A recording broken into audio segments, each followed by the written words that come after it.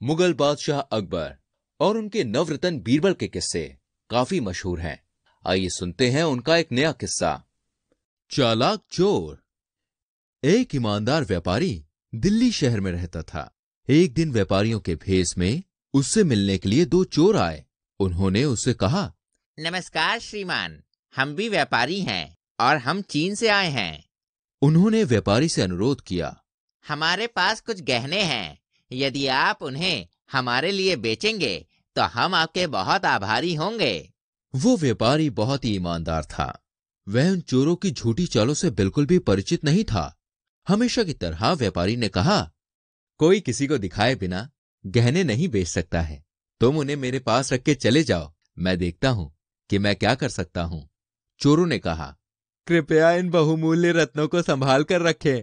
जब हम उन्हें वापस लेने के लिए एक साथ आएंगे तभी आप उन्हें वापस लौटाएंगे। अगर हम में से कोई अकेले आया तो गहने मत दीजिएगा। व्यापारी इस बात से सहमत हो गया।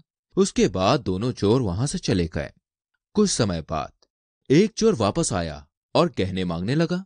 व्यापारी ने पूछा, तुम अकेले आए हो? तुम्हारा साथी नहीं आया तुम्हारे साथ? चोर ने कहा, वो किसी से बात कर रहा है सड़क के किनारे और मैं उसी के कहने पर यहाँ आया हूँ। व्यापारी ने बाहर देखा तो सच में दूसरा चोर सड़क के किनारे खड़ा था। ये देखकर व्यापारी गहने वापस देने के लिए बाध्य था। उसने गहने चोर को सौंप दिए।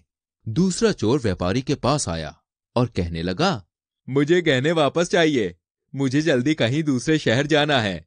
व्यापारी ने कहा, अरे जब आप बात कर रहे थे तब आपका दोस्त यहां आया था और गहने अपने साथ ले गया। मैंने भी पूछा कि आप क्यों नहीं आए, तब उसने उत्तर दिया कि वो आपके कहने पर यहां आया था। ये सुनकर दूसरा चोर कहने लगा, मैंने आपको चेतावनी दी थी तो आपने मेरी अनुपस्थिति में गहने कैसे दे दिए? किसी भी हालत में आपको मेरे गहने वापस करने ही होंगे। और वो वहीं जमकर बैठ गया। व्यापारी ने विनम्रता से कहा, आप बस गली के कोने पर थे जब आपका दोस्त गहने लेने आया था। दूसरे चोर ने बहुत गुस्से में होने का नाटक करते हुए कहा, तो क्या हुआ? क्या मुझे सड़क पर भी नहीं खड़ा होना चाहिए? मैंने उसे गहने इकट्ठा करने के लिए नहीं भेजा था। इस तरह लड़ाई बढ़ती चली गई। चोर बिना गहने वापस लिए जाने को तैयार नहीं था।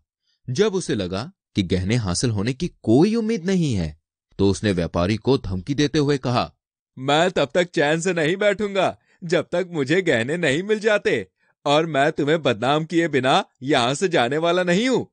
या तो तुम मेरे गहने लौटा दो या उसकी कीमत चौकाओ।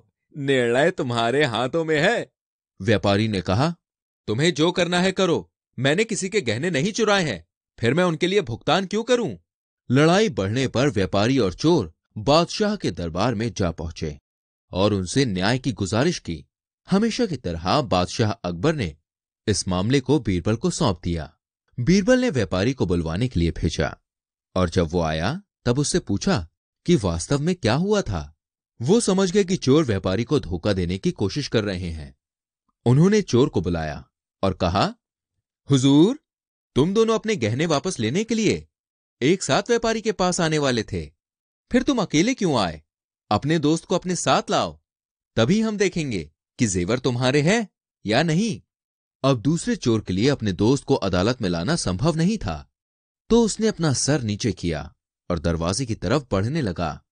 बीरबल ने चिल्लाकर कहा, रुको, मैं तुम्हें अदालत में झूठी अर्जी के लिए 2 साल की सजा देता हूं।